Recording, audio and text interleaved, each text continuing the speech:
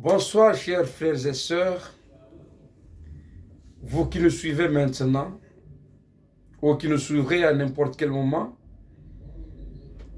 dans cette vidéo que nous voulons faire pour redresser certaines choses pour la gloire de notre Seigneur Jésus-Christ. Il y a beaucoup de gens mal intentionnés qui viennent avec des pensées humaines pour essayer de tordre le sens du message du temps de la fin, en faisant croire aux autres églises ou aux personnes qui nous suivent que le message serait autre chose que la Bible. Mais le message n'est rien d'autre que la Bible interprétée. C'est pourquoi nous appelons la Bible la parole écrite et le message la parole parlée. Ça signifie l'interprétation de la parole écrite. Alors sur ce, comme c'est la parole du Seigneur, je voudrais, avant d'entrer dans le détail de ces quarts d'heure que nous voulons exploiter pour la gloire du Seigneur, commencer par l'Écriture sainte. C'est pourquoi je prends ma Bible, vous lirez aussi le vôtre. Dans le livre de Galates chapitre 1er, les versets 8 et 9. Je lis au nom du Seigneur Jésus-Christ. La Bible dit ceci. Mais quand nous-mêmes, quand un ange du ciel annoncerait un autre évangile que celui que nous vous avons annoncé, qu'il soit anathème. Nous l'avons dit précédemment, et je le répète à cette heure. Si quelqu'un vous annonce un autre évangile que celui que vous avez reçu de nous, qu'il soit anathème. Et le frère Branham dit que anathème veut dire maudit. Il n'y a pas un autre évangile en dehors de celui que l'apôtre Paul nous a présenté. J'aimerais ici porter la connaissance de tous ceux-là qui nous suivront ou qui nous suivent en cette heure. Que le frère Branham nous a donné 3 conseils. Les 3 choses que nous ne devions pas faire. Il dit, nous ne devrions pas mal interpréter la parole, nous ne devrions pas disloquer la parole, et nous ne devions pas mal placer la parole. Ce sont des principes sacrés de la parole de Dieu pour la bonne conduite des enfants de Dieu. Et surtout des prédicateurs. Et quand nous lisons la parole de Dieu, nous disons que nous croyons au message de Frère Branham. Croire au message de Frère Branham impliquerait le fait de le répéter. Et d'ailleurs, le message de William Branham tourne autour d'un principe. Ce principe-là est que nous devons répéter le band et les brochures. Et il dit lui-même que celui qui ne dit pas ce que lui a dit ne croit pas ce qu'il a dit. Je vais lire ça dans la prédication. Dans les questions-réponses numéro 1, du 23 août 1964, le paragraphe 245, c'est dans les COD aussi, si vous voulez le vérifier. Il dit ceci.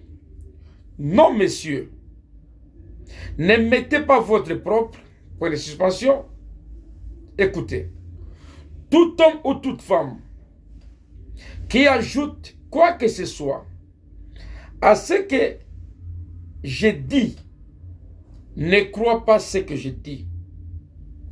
Ils disent, il ne finit pas.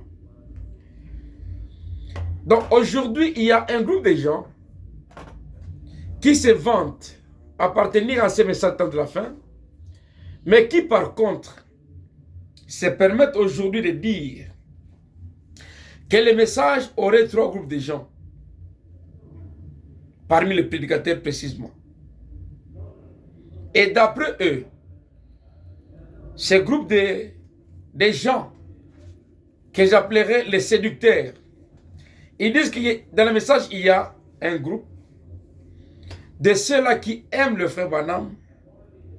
Il y a un autre groupe de ceux-là qui l'adorent. Il y a un autre groupe de ceux-là qui les minimisent. Tout ça, c'est pour justifier leur méconduite vis-à-vis de la parole de Dieu. Il n'y a pas un frère croyant du message ou un prédicateur croyant du message qui va haïr frère Branham. Parce que haïr le frère Branham, c'est haïr sa propre foi, c'est méconnaître sa foi. Alors, qu'est-ce qu'on va chercher dans le message? Au moins que l'on soit un séducteur, parce que les deux semences croissent ensemble. Toutes les natures, d'ailleurs on a dit qu'il y a 3 sortes de croyants dans l'église. Mais l'intention qu'il y a derrière ces gens-là, de dire aux autres que le frère Branham serait minimisé par un groupe de gens, c'est par le fait que ce groupe-là ne veut pas que l'on dise que le frère Branham a prêché comme Paul. Alors, je le dis si haut, et je crois, les déclarations de frère Branham sont tellement profondes et sincères. Il ne s'est jamais écarté d'un iota de la parole de Dieu de la Bible. C'est pourquoi j'aimerais ici qu'on mette les barres sur les T et les points sur les I. Que l'on voie clair de ce que le frère Branham a apporté à ces temps de la fin pour l'épouse de Christ. Le message de William Branham, nous l'appelons parole parlée. Ça signifie l'interprétation de la parole écrite, qui est la Bible. Et la vérité, c'est cette Bible que nous avons. Et dans la Bible, la compréhension sans prophète, c'est un problème. C'est comme ça que Dieu, par son amour, a envoyé un prophète à 7 ans du soir. Et le prophète qui vient a une mission bien déterminée. Selon Malachie 4, il est dit qu'il devait ramener le cœur des enfants à leur père. Et nous savons que c'est ramener nos cœurs à nous, notre foi à la foi apostolique, la foi des apôtres. Donc, tout ce que Branham a prêché, il s'est référé à l'apôtre Paul. Au point même que dans une vision, quand il s'est retrouvé au ciel devant les anges, on lui a posé la question de savoir, Branham, est-ce que tu sais que tu seras jugé? Il dit pourquoi? Il dit pour le message que tu prêches. Il pose la question à la personne qui lui avait posé la question. Il dit, est-ce que Paul aussi sera jugé? Il dit oui. Tout prédicateur, tous ceux-là qui parlent au nom du Seigneur Jésus-Christ, au nom de l'évangile, seront jugés. Et le frère Branham a trouvé consolation quand on lui a dit que Paul aussi serait jugé. Il dit, si ceux de Paul entrent, les miens aussi entreront, parce que je prêchais comme Paul. Mais aujourd'hui, les gens ont tendance à faire croire aux gens que le message de Branham, ce n'est pas la Bible, c'est autre chose. Non! Tout ce que Branham a prêché est tiré de la Bible, dans les 66 livres. C'est pourquoi j'aimerais appeler le frère qui risque cette séduction-là dans les messages, de ne pas céder à cette lâcheté-là, des frères qui se sentent coincés, qui n'ont pas d'argument. Ils fuient les églises. Ils commencent là, on adore les frères Branham, je n'irai pas. De l'autre côté, on prêche bien, mais maintenant on minimise les frères Branham. Minimiser, c'est quoi? C'est quand on ramène la Bible. Ils disent qu'on ne doit pas lire la Bible. C'est faux pour commencer. Il n'y a pas une autre vérité que la Bible. Et l'absolu des frères Branham, c'est la Bible. C'est pour dire que tout son message a été tiré de la Bible. Et si l'on doit évoluer avec cette livre ici, nous nous rendons compte que beaucoup de gens sont séduits aujourd'hui, mais ils se font appeler croyants du message. Dans les chansons, c'est Branham qui est chanté. Dans les prédications, c'est Branham qui est prêché. Dans les églises, on cite le nom de Jésus, tout le monde est calme. On cite le nom de Branham, tout le monde est debout en train de jubiler. il y a lieu de se poser la question, quel est l'esprit qui est en vous? C'est l'esprit de Branham ou c'est l'esprit du Seigneur Jésus-Christ, qu'on appelle le Saint-Esprit? Et quand on parle de l'idolâtrie, et qu'ils prétendent aimer les frères Branham, ils disent non, dans les chansons, au Branham, Mundele, Mwanaya, Mobali Ameda, ce n'était pas lui, c'était ceci, tout ça. On crée des histoires autour de son nom. Or, c'est ça la vraie idolâtrie. Qu'est-ce qu'on appelle l'idolâtrie? D'après le dictionnaire que j'ai sur mon téléphone ici, l'idolâtrie, c'est aimer avec excès quelqu'un ou quelque chose. C'est ça, idolâtrer quelqu'un. Selon le module de recherche Google, idolâtrer, c'est aimer avec passion, en rendant une sorte de culte à quelque chose ou à une personne. Aimer avec passion, de l'adorer à l'excès, vouer à une sorte de culte, quelqu'un ou quelque chose. Et selon Wikipédia, on dit le terme idolâtrer désigne l'adoration réelle ou supposée d'une image, d'un astre, d'une idée, d'un objet ou d'une personnalité. Pour les religions abrahamiques, l'idolâtrie ou le fait d'idolâtrer est une corruption, une impiété à combattre. Et le terme est donc devenu péjoratif ou synonyme de superstition et d'égarement. Mais aujourd'hui, les gens disent qu'ils n'adorent pas Branham. Mais ils sont les premiers à dire qu'il était plus qu'un homme, qu'il est parent rédempteur, qu'il est le Dieu incarné. On lui attribue tous les noms. Il est chanté dans les cantiques, au point même de rejeter le Seigneur Jésus-Christ. Mais écoutez, mes frères, nous vivons le temps où la séduction est en train de battre son record, son plein.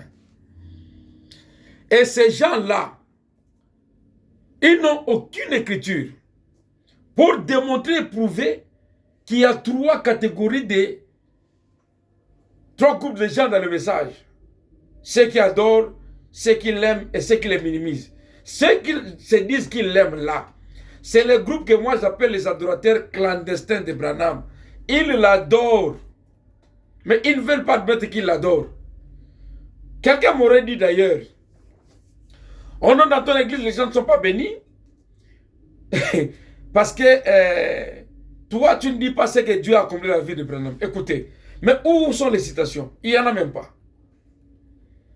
Quelqu'un vient et dit, oh, écoutez, pour être béni, le frère Branham, son nom, c'est la clé de bénédiction. Mais écoutez, il est dit que tout ce que vous demanderez en acte ou en parole, tout ce que vous ferez en acte ou en parole, faites-le au nom de Jésus-Christ. La bénédiction est attachée à la personne Jésus et non pas à l'homme Branham. Branham est un homme comme vous et moi qui dépendait de cette bénédiction-là. Et la Bible dit que tous, nous avons tiré de sa grâce. Chacun a tiré de sa grâce la grâce du Seigneur Jésus-Christ. Chacun a pris une portion. Ce qui fait que nous, ensemble, nous puissions constituer le corps mystique de Jésus-Christ. Le frère Branham est un prophète que nous respectons. Un grand prophète. Mais vous ne pouvez pas le mettre en compétition avec l'apôtre Paul. Parce qu'il dit qu'il a prêché comme Paul. Il dit que l'apôtre Paul, c'est le modèle de tous les vrais serviteurs de Dieu. Il dit que l'apôtre Paul, c'est le berger de l'église des gentils. Mais le frère Branham n'est pas juif. Il n'est pas samaritain. C'est un gentil, un païen et quelqu'un des nations comme vous et moi. Mais quand vous dites, par exemple, que le frère Branham,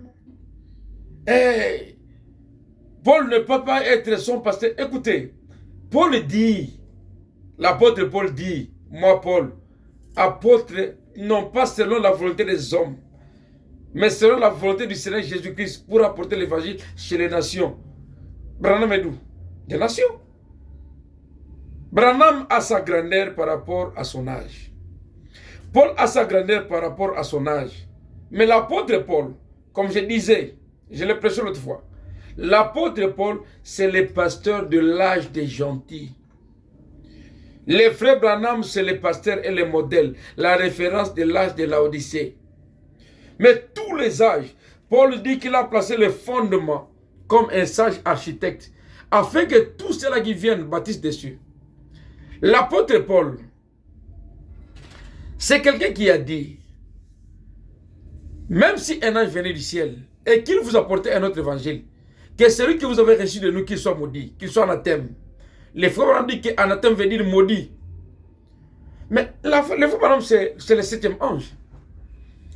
Comment voulez-vous me dire que lui est maudit, qu'il s'oppose à l'apôtre Paul?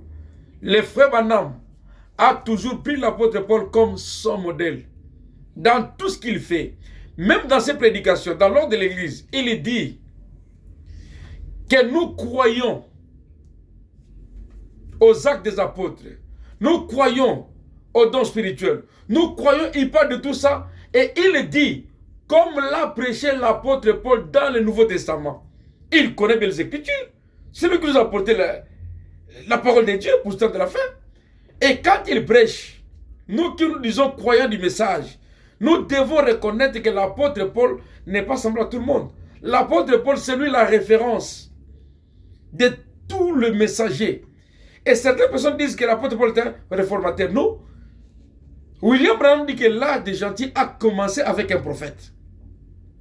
Et cet âge-là va finir avec un prophète. Il y a eu 5 réformateurs. Mais l'apôtre Paul, les faux Branham l'appellent l'apôtre prophète. Chaque ministère est autonome. Mais tous les ministères sont donnés pour l'édification du même corps de Christ. J'aimerais aussi rappeler ici, quand on parle de 7 âges de l'église, on ne dit pas les 7 âges des églises. Alors que les bluffeurs arrêtent de séduire les enfants de Dieu. Nous vivons un temps mauvais, un temps trop glissant. Et vous, enfants de Dieu, qui nous suivez, nous voulons attirer votre attention. Ne cédez pas à la séduction. La parole dit que les 2 semences croissent ensemble. Ils reçoivent la même pluie, la même onction. Et Branham va plus loin. Il dit que c'était sur le même autel que Caïn s'est retrouvé avec Abel. Et s'il faut enrichir ça, c'est sur le même autel que Akab et ses faux prophètes s'est retrouvé avec le prophète Élie. Et c'est sur le même autel que nous prions. Nous offrons les sacrifices avec la sémence des discordes. Et la lutte de cette semence-là, depuis le commencement, c'est toujours d'amener les enfants de Dieu à se détourner de la vérité. Et cette vérité-là, l'esprit que nous appelons l'apostasie, est en train de battre son plein. La coupe de l'iniquité des Amoréens est en train de se remplir une fois de plus. Le péché bat les records. Et le simple rejet de la parole de Dieu, c'est ça la marque de la bête. Mes frères, mes sœurs, prenez garde aux séducteurs. Ne cédez pas à leur lâcheté. Ils n'ont pas d'argument pour convaincre. C'est comme ça qu'ils viennent avec des discours. Si quelqu'un vient avec quelque chose, posez-lui la question, qu'il vous le montre par la Bible et par le message. Pas des discours, pas une compréhension imaginaire. Les gens se font des illusions qu'ils appellent parole de Dieu. La parole de Dieu est écrite. Et les frères Branham voulaient dire ce qu'il a déjà dit. Il n'y a pas de supposition. On ne peut pas analyser les paroles du prophète. Mes frères, mes sœurs, le mieux à faire, c'est de prendre la décision de vous ranger du côté de la parole de Dieu et non pas du côté des bluffeurs qui parlent trop mais qui n'ont aucune... D'abord, il est dit, n'abandonnez pas vos assemblées. Les gens sont dans la rue, nombreux ici, en train de courir matin, midi, soir sans rien faire. Ils sont riches en discussion mais ne connaissent pas de quoi ils parlent. C'est pourquoi je voudrais appeler votre attention. Ne cédez pas à cette séduction. Nous vivons en un temps où la séduction est devenue tellement grande au point que les enfants de Dieu ne savent plus se contrôler. Une moindre erreur suffit pour que vous puissiez glisser. Alors j'attire votre attention. La parole dit, et la parole disait toujours. Elle a toujours dit, elle continue à dire, mes frères, abstenez-vous de la séduction. Prêtez vos oreilles à ce que le message dit. Il n'y a pas deux prophètes. Il n'y a qu'un seul prophète. Les correcteurs du prophète ne croient pas au prophète. Je vous ai lu une citation où le frère Branham dit que celui qui ne dit pas ce que lui a dit ne croit pas ce qu'il dit. Ne croit pas son message. J'ai lu une autre citation, bien que pas clairement comme ça, parce que c'est quelque chose que vous répétez, que vous connaissez tous. Il y a trois choses que nous ne devons pas faire. Nous ne devons pas mal placer la parole, pas mal interpréter, et nous ne devons pas disloquer la parole. Les gens viennent avec les mauvaises interprétations, sans base scripturaire. Et Branham a dit, toute révélation qui n'est pas scripturaire est diabolique. Et vous ne me direz pas que le frère Branham était du diable. Parce que tout ce qu'il a dit a une origine, a une référence dans la Bible. Et il a même bombé la torse en disant, montrez-moi une seule fois où j'ai dit quelque chose qui n'est pas scripturaire pour qu'il arrange. Mes frères, abstenez-vous des séducteurs. Croyez au message de l'heure. Donnez vos vies à Christ. Le temps est mauvais. Et la Bible dit, rachetons le temps quand les jours sont mauvais. Faites-vous baptiser au nom du Seigneur Jésus-Christ pour le pardon de vos péchés et vous recevrez le don du Saint-Esprit. Jésus revient bientôt. Ne suivez pas ces menteurs qui disent qu'il est déjà venu. D'ailleurs, ils disent que Jésus serait venu le 28 février. Or, la parole dit que personne ne connaît les jours ni l'heure. Mais eux, ils connaissent que la nuit est descendue le 28 février. Mais là, qui dit la vérité? C'est Jésus qui a dit que personne ne connaît le jour de l'heure, ou c'est l'autre qui parle du 28 février. Chose grave encore. Ils se vantent de dire qu'ils ont cru après la venue de Jésus-Christ. Mais c'est le dernier espoir. Si Jésus vient, il n'y a plus rien. Nous déposerons nos Bibles. Nous irons à sa rencontre dans les airs. La confusion, c'est que les gens veulent séparer la seconde venue d'avec l'enlèvement. C'est le même événement à double nom. Pourquoi double nom? Cet événement-là unique est appelé seconde venue pour lui qui vient pour la seconde fois.